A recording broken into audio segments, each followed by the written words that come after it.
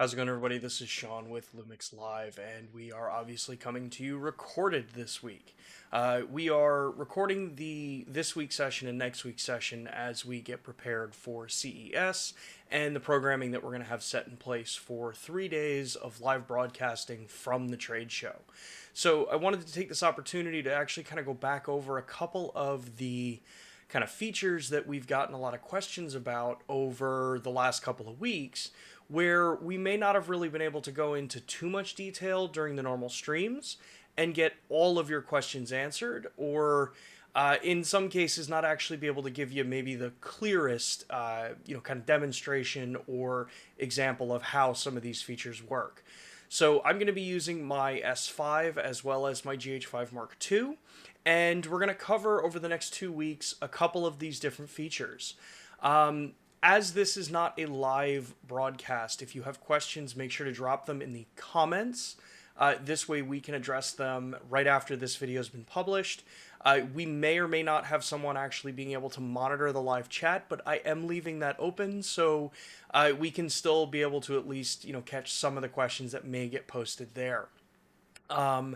Outside of that, as a reminder, now is the time if you are either getting a new camera or you're getting somebody else a new camera this holiday season, make sure to check out LUMIX Pro Services Red. We'll have more information down in the description, and we'll have the graphics up as well to show you the red tier of LUMIX Pro Services versus the platinum tier if you're someone who really wants that extra level of protection against your gear. So with that, let's take a look over at my S5 and go through some of these features. So here we're looking at the user interface that I have on my S5 setup right now. Now I have the Sigma 45mm f2.8 attached onto this, and I'm in the photo mode to start with. So one of the first things that we've gotten a lot of questions about, and we wanted to kind of give you a better actual walkthrough of how to do this, is with Live View Composite. Now, yes, it's not on all of our cameras, but Live View Composite is something found on cameras like the S5, the GH5 Mark II, the G95. So what this mode does is it allows you to do ultra long exposures up to 3 hours, where the camera's going to automatically be basically blending those images all together for things like star trails or light painting.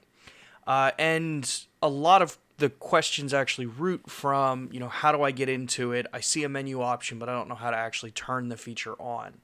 So it's actually super, super simple. What you're going to do is, in most cases, put the camera into full manual mode. And from here, click the menu button to get into your main menu. And then, depending on how you've got your camera set up, you have a couple of different ways that you can actually get into this mode. The first way would be, like where we're showing here, is click menu, go into the camera options, others, photo 2. You'll see right under live time lapse and animation, you'll have Live View Composite. And when you click on this, not on time lapse, when you click on Live View Composite, you'll see two options: set shutter delay and start. What shutter delay does is, if you don't have a cable release, you're able to just click the shutter on the camera. It'll delay the time that it actually starts the shoot. And then from there, it's going to run whatever program you have set up. So for now, we're going to leave it on a 1 second, and then I'm just going to click start. You'll see you get this notification that comes up. Set your shutter speed, ISO, and sensitivity before you click your shutter. So for this one, I'm going to come in, I'm going to drop my shutter speed down. We'll drop it down to 100 just for this demo.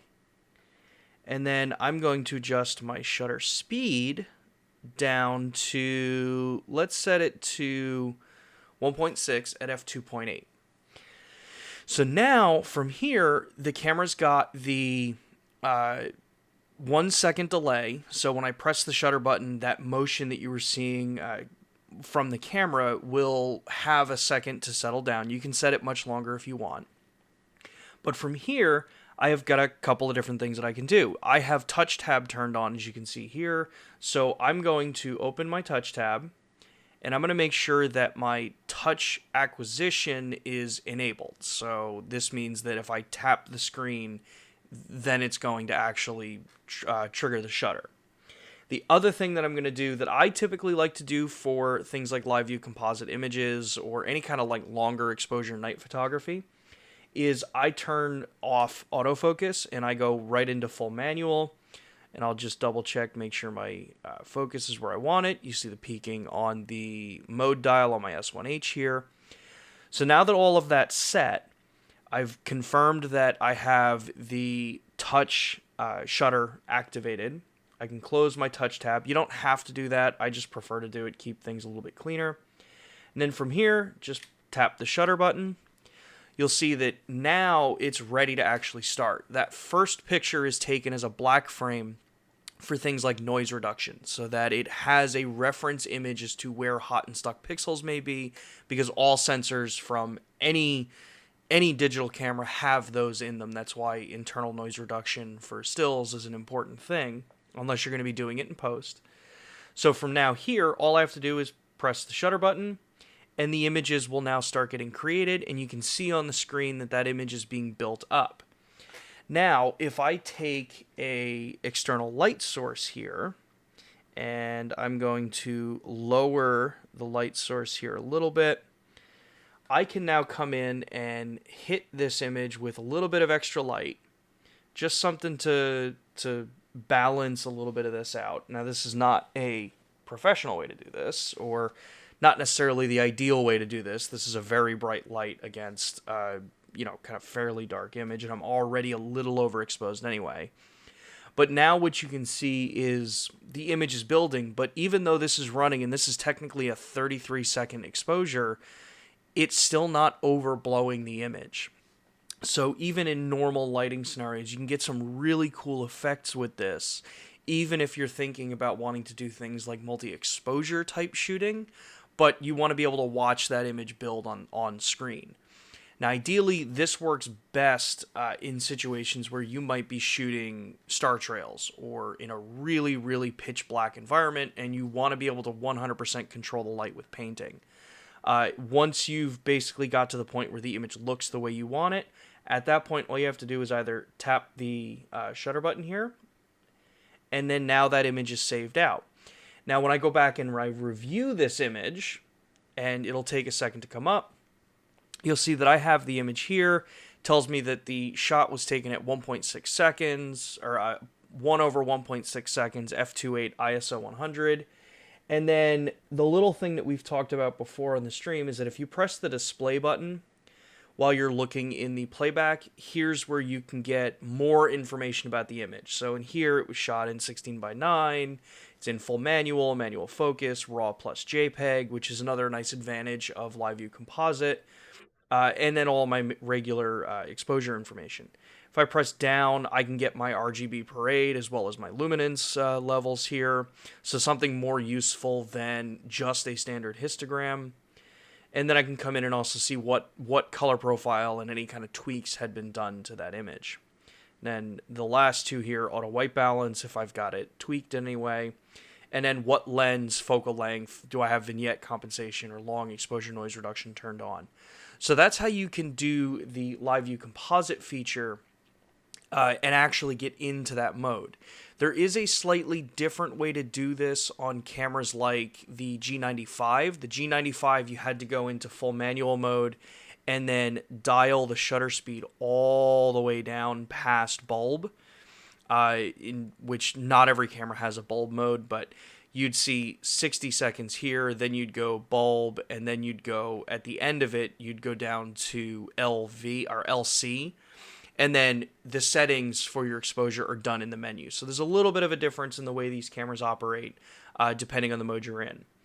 Now, when you want to end your live composite image, all you have to do is either hit the quick menu button or tap on the Q in the image here, as I failed to do, to actually then create your drop out of your Live View Composite. When you tap that Q button, it'll close it out just like it does in high resolution mode, and you're all set. So now we're also going to take a look at the high resolution mode. High resolution mode, depending on the camera that you're in, has a couple of different benefits depending on the camera that you're using. So newer cameras like the S5, they offer the ability to do JPEGs out into high resolution mode as well as your RAW files. Where some of the earlier iterations of this, you only had the RAW file to work with. So if you're someone who likes to use a really high resolution image and you want to have one camera to do this, the S5 is probably one of the better cameras to do it with out of the series. Even though the S1R is going to give you immensely higher resolution of an image, it's just going to be RAW files, so you know you're going to have to bring it into software and work with that image. So in order to get to this mode, you have, again, a couple of ways that you can do this. You can either pre-program in one of your custom function buttons, and that will let you drop right into the menu to activate high-resolution mode. You can also activate high-resolution mode when you have the LUMIX Sync app connected. This is also an option there. Same with View Composite. So the way we're going to do it is probably the most simple way, and the most universal way if you don't have your camera set up. So that's literally just clicking the menu button. And then on image quality page 1, you'll see high resolution photo mode. And in here, you have a couple of different choices. So simultaneously recording normal shot, picture quality, the picture size, you have that shutter delay again, as well as what motion blur processing you want. So couple things to note here. Picture size, you have a couple of different aspect ratios that you can use high resolution mode in. The two that you can't use, or actually there's three that you can't use high resolution mode in, would be going into use the 1:1, 65 by 24, or 2:1. Those modes you can't use high resolution mode in because of just the aspect ratio. So in this case, I've got it 16 by 9, so it's going to fill up the frame that we're using here in the video recording. So if I go back into here, you'll see that because it's going to be shooting in 16 by 9, I have the option for an 81 megapixel extra large image, or I have a 40.5 megapixel high resolution, where if you're looking to just go a little bit higher in res, but you don't necessarily need the ultra high resolution image out of it, you can do this. So we're going to leave this on XL. Then with your picture quality, this is where it's a little different than the S1, S1R, and S1H. Here you've got a couple different choices. You've got combined, same picture quality as the photo menu. So this is going to be whatever your standard photo menu picture quality settings are. It'll just carry them over here. You can say that you only want a JPEG here, so you just want the high resolution and you just want it in JPEG, and it'll be fine quality because it's got to be the high enough resolution and high enough quality. Then you've got RAW plus fine and then RAW. So pretty self-explanatory for most people here. So typically what I do is I do RAW plus fine for most of my high-res shots. And this means that you're going to get a raw high-resolution image as well as a high-resolution JPEG image. But there are going to be times where you may want just one standard raw image out of this. And that's where you'd come in and do simultaneously record normal shot, and then turn this on. So this will take one of those 8 images that it's going to capture to use high resolution mode, and then just create the one standard 24 megapixel image in line with the 81 megapixel in this case.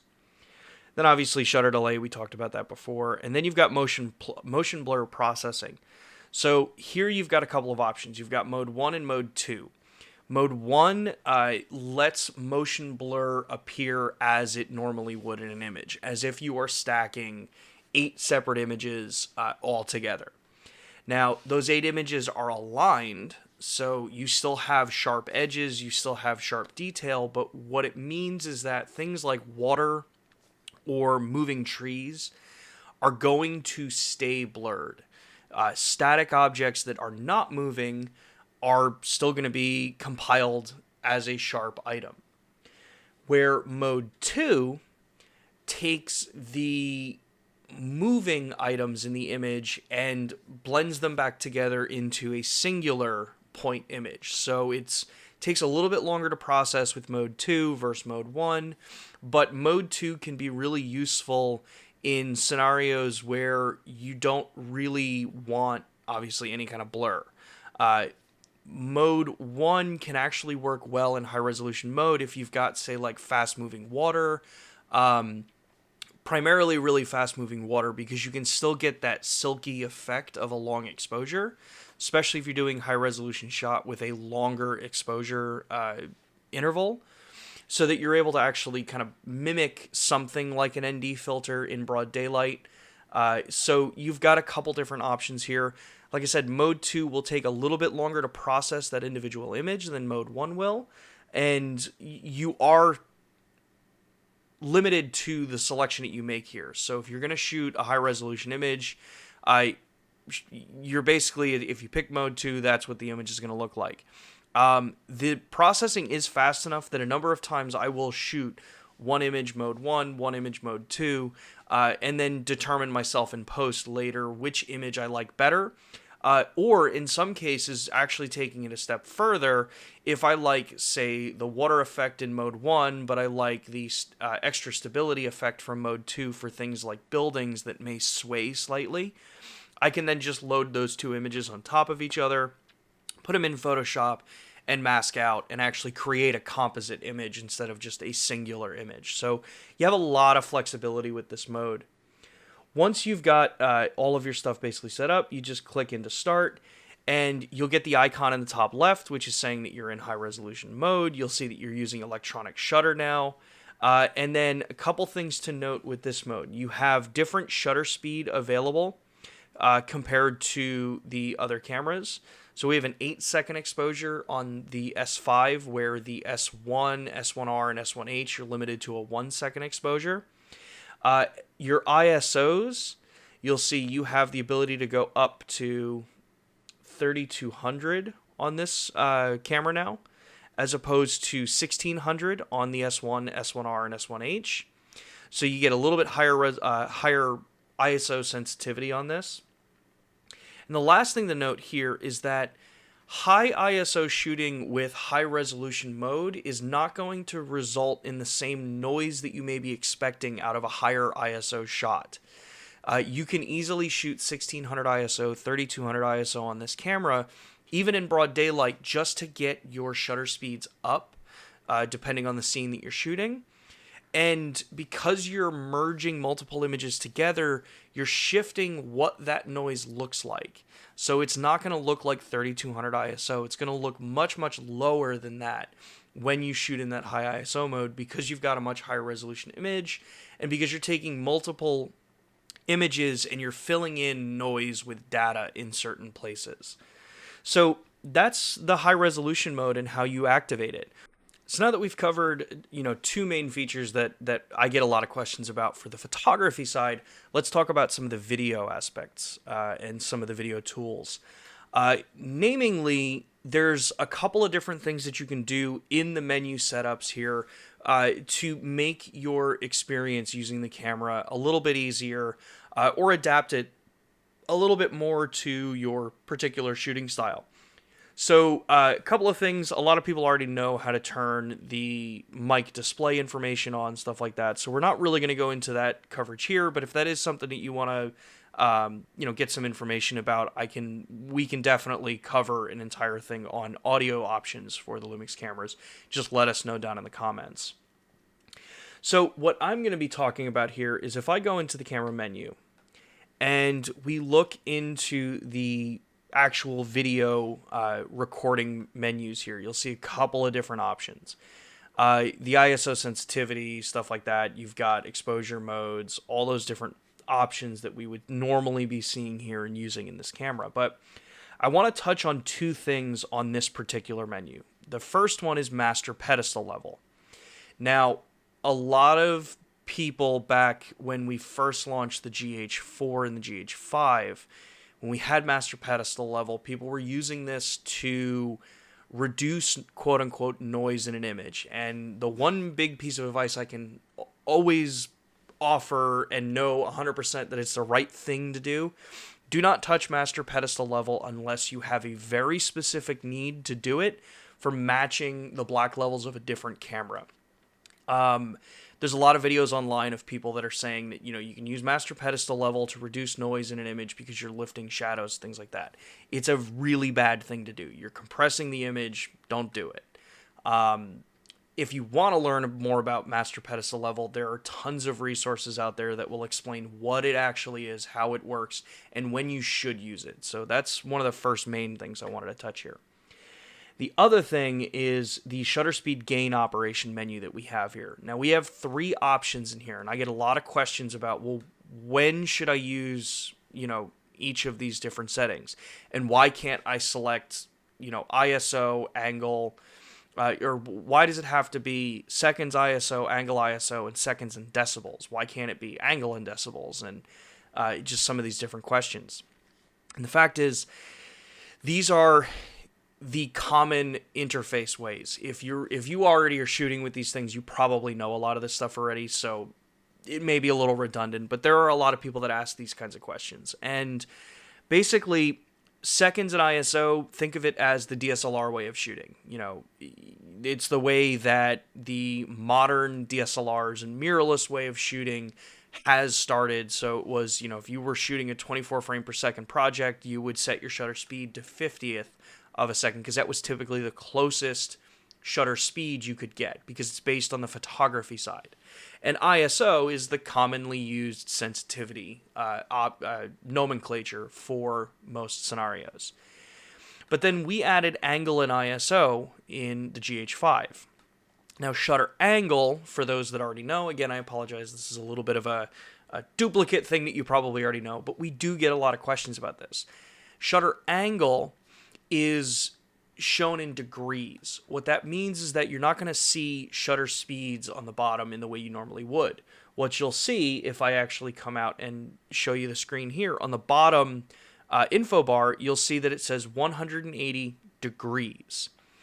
Now, what that does and what that indicates is that your shutter speed is going to be 180 degrees, so effectively double what your frame rate selected is. So this is the film side of the industry. So you'll see that I have my S5 set up at 422 10-bit long GOP, full HD, 60 frames per second. So that means that the shutter speed is being programmed in the camera, not in the shutter speeds that we would normally think of, but as an actual doubling of the frame rate. So with 60 frames per second, those of you that do know, 60p is just a shorthand way of saying 5994. So if I look in the actual menus here and we go in and actually say, look at what the actual frame rate is that you're recording, you'll see that I'm at 1920 by 1080, 5994, 422 10-bit long GOP. Now that's the proper quote-unquote 60 frames per second. Now, what this means is that when you set your shutter speed to, in this case, you would be closest to 1/120th, which actually is a relatively very close one that you'd want to be at for this, using shutter angle will actually put it at a true doubling of 5994. So the same thing goes for 30p and 24p. They're not actually 24p or 30p unless your camera has an actual true cinema 24p hertz. 24 frame in a camera is going to be 23976. Is it? 23976. And 30p will give you the proper number as well. So if I change this to 30p, you'll see 2997. And if I go back up to 60p, it's going to black the frame out for a second. And then we'll come over into 24 frame, and you'll see that that goes to 2398. So now that we're back on 60 frames per second here, like I said, that 180 degree means that no matter what frame rate I'm choosing, like I was just changing around here, it's always going to be in the right shutter speed or the right motion cadence for that frame rate. When you do change your shutter speeds, you'll notice that you go in different increments than normal. So 180, 120, 90 degrees, all the way down to 11 degrees, and you get really dark image. And what you'll notice too is you see the banding that happens in the image here because of the lighting.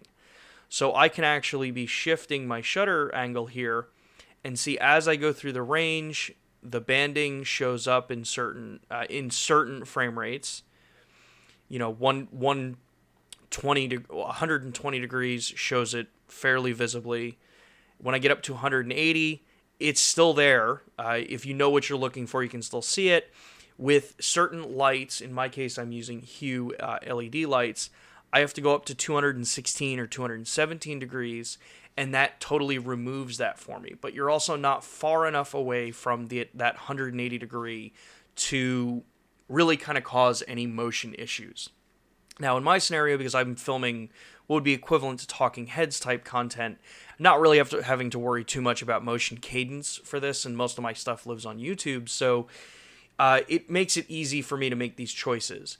If you're out in the field, it could become a little bit of a choice, depending on the environment that you're in, as to, well, what frame rate, what shutter speed can you shoot at to actually minimize any kind of banding that you may see from lighting, and very clearly from lighting. You also want to be able to watch and look and make sure that your exposure is proper, so that you're also not underexposing, even though it may look okay on the screen on the camera. This is where you want to use things like waveform and those tools to actually judge your exposure properly. Now, what we do offer in this camera as well, as far as tools go, is we offer Luminance Spot Meter, which I have programmed onto one of my buttons here, which we're going to go in and activate Luminance Spot Meter. So if I turn Luminance Spot Meter on, and we've talked about Luminance Spot Meter before, I can drag this box anywhere on the frame, and it'll give me either a percentage or it'll give me an f-stop value. So if I change my camera into Vlog, you'll see we get that flat looking image. And then because I'm at 3200 ISO, I'm actually going to bump my ISO up to 4000, because you get a cleaner image at 4000 than you do at 3200. And now what you'll see is that I can move this box around on the frame, and I can pick an area. So like, let's pick the end of this lens. You'll see that inside of that lens, it's underexposed by 6.9 stops. And then if I go to a highlight region, like the white of the picture back here, you'll see that I'm only overexposed by 1.2. Now this is over a middle gray area. So you'll see a lot of people will talk about, trying to get your exposure, overexposed to a point where you've got enough headroom. In a shot like this, where I'm not necessarily super concerned with the highlights, because it's a white picture frame, or it's a white bookshelf back here, and there's accent lighting in this office. This is where I can come in and actually say, okay, I want to be able to come in, change my Luminance Spot Meter here. And I want to be able to come in and say, I'm actually more worried about this area here, in how far underexposed that's going to be in my whole frame. So this is where I can make that decision and say, all right, well, I want to raise my ISO a little bit. Let's say I want to make sure that that's only maybe 3 stops underexposed. So we'll get this to about 2.8 will be about the closest here. So yes, you're going up in ISO, which means that you're adding ISO-based noise. But what it means is that I know that I've got more than enough room in here to actually bring that down again. But it means that I'm not going to be burying something like this in the shadows and then have to actually, kind of lift it back up to get it where I want it to go. So now if I bring this to, say, the bookshelf is 2.5 over. The painting, or the photo, is 2.2 over. If I look in here, I'm only 0.4 over, half a stop over. But even in the lens, I'm now only about 6 under. So what this allows me to do is get a much better exposure on an image so that I can then go in and post, and when I put my LUTs on this and when I start doing color grading, I'm able to balance this image back out, make sure that I've got enough shadow detail. I'm not burying shadows way down in the lowest end of the capture range. I don't have to lift those as much anymore. I can either keep them where they are and just start bringing my highlights down to give myself more contrast, and then actually grade this image, the way I want it to go. Where if I now come back in and I drop this back down to say 4000 again, you'll see again that lens area is very close to the ultimate bottom of under 8 stops exposed. The Vlog profile in the S series cameras, it's rated to go down to 8 stops. You want to keep, if you know that you're going to have to be lifting shadows, typically keep those around like under 5 stops, because when you start going down below that, you're starting to get into the areas where it is such a low level of light that pulling that information up while it's still there is really designed to be down in that shadow area. Same with the highlights. Highlights, you can go up to about 6 stops.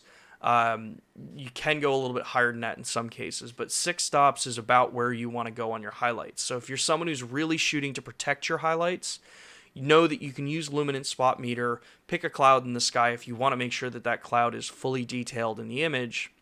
Use that Luminance Spot Meter to kind of know where the highest part's going to be in that area.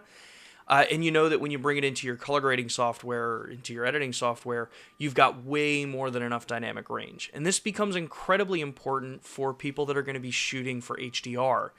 When you know that you need to be able to really maximize how much dynamic range you're creating or capturing, you want to use Luminance Spot Meter to really understand where your shadows are going to be, where your highlights are going to be, so that when you do that HDR grade, you know you've got more than enough information to actually represent properly in HDR. So the last thing that I wanted to show here today is actually a little bit of a carryover from our lesser known features videos, and that's something called live crop. Live crop in the Lumix GH series and then into the S series cameras allows you to do in-camera motions when you may not have a slider, and 1080p is a good output for what you're trying to do. So the way you get into this is you go click menu, and then in the video options here, the creative movie mode, you'll see on the last page under others is the thing called live cropping. So when you tap this, not stabilization, when you tap live cropping, you'll see that you have a 20-second or a 40-second motion. So in this case, I'm going to do 40 seconds, so it gives us a little bit of time to actually talk. So what this does is this gives you a couple of different boxes that you can move around the frame and be able to kind of position where your start and finish point is. So for this, I'm going to move this up into the top like I was showing in that what I had it previous set for. And once you've got your starting position set, then you can just do set. Now you'll see that you get a second box that you can then reposition and move around, but it doesn't have to stay the same size. I can also make this much larger, and I can say, okay, I want to have this move the frame. Basically, let me find something that's going to be relatively dramatic to see here. So we'll frame up the camera like this. So now once you've got your second position set, I can just click the set button, and now you see that the camera is basically ready to actually shoot. So from here, all you have to do is when you actually click the record button now, you'll see that the image is now recording. Obviously, I'm bouncing around because I have the camera attached to my gimbal that's off. And this lets me actually create that motion in the camera as an actual output in 1080p so that my image is ready to go. This can come in really handy in a scenario where you need to add a little bit of camera motion. You want to be able to use that 4K for cropping like a lot of us do, but you don't have a slider with you. Obviously, as you can see, you get panning effects, so you get some slider motion effects, but you can also get zooming effects with this as well. And then say in a case like this that you want to change it, just click the adjust button it goes back to that first one. So say I actually want to start in the middle here, you know, with the camera being fully covered. Tap this. It would help if I actually selected my second one, so set that. And then say I now want to take this and I want to go back out to the full width of the image capture. I can do set, and then now when I click the shutter, you'll see it's going to start in the middle, and then it's going to actually start to do that zoom effect out. So this is something that we've added into the cameras a while ago, but often gets kind of overlooked with these cameras. This, like I said, can be a great tool for scenarios where you want to be able to add some of this extra work. You know that you're already working in a 1080p project, so you know, since you're getting 1080p out of this from the 4K footage, this can be a really easy thing to do, and that's how simple it is to actually activate it. As you see, there are a lot of different, you know, kind of things that we've been getting a lot of questions about, and they're spanning from both photography and videography sides of our user base. So hopefully a couple of the things that I explained answered in greater detail than we normally have about how to actually get into those different modes and how to actually work with them. Like I said, next week's session will also be recorded, so we're going to be covering a couple more of the features that we've gotten some questions with. And if you have questions that you want us to actually address in next week's recording, drop those questions or those recommendations down in the comments, because we will be able to actually add a couple more things into next week's recording. Outside of that, I want to remind everybody about the Lumix Pro services. We have information down in the description. We've also got you know, some information about the red and the platinum tier on screen right now. If you are getting a new camera this season, or if you're giving a new camera this season, it's a great thing to make sure that you're also getting set up with. The red tier is free. The platinum tier is a paid service, but you know, if you're someone who really likes that extra level of protection, you know, definitely go check it out. At least get yourself registered for red. It's free. It gets you the 3-year warranty here in the United States. If you're not in the United States, we do also have a link down in the description for the Global Lumix Pro Services portal, which will let you be able to see what's available in your region. Like I said, outside of that, thank you guys for watching this. We will be answering comments that are dropped into the comment field, since we can't answer questions live in the chat field even after it's been posted. And again, like I said, we'll be recorded for next week's session, Thursday at 2 p.m. Eastern Time, and we'll be back fully live, interacting with you in person January 5th, 6th, and 7th. Links will be provided by next week, so you'll be able to actually get yourself notified when we're going live. It's going to be a really fun stream. We're going to be going live from CES out in Las Vegas. We're going to be talking a lot about the cameras, obviously the Lumix cameras, since we're in the Panasonic booth. We are Panasonic. But we will also be talking a lot about some of the other technologies that are going to be shown off at the show as well. So if you're into computers, if you're into, you know, kind of really just the support side of what we're all doing that a lot of times we don't really talk that much about, make sure to join us. We will be doing live Q&As from the show, so we'll be back to a little bit you know, more of being able to actually talk with you, but you'll get 3 days straight of Matt and I on stream. So with that, thanks again everybody. I hope you're all having a great holiday, and yeah, I look forward to bringing you guys more info next week. Take care.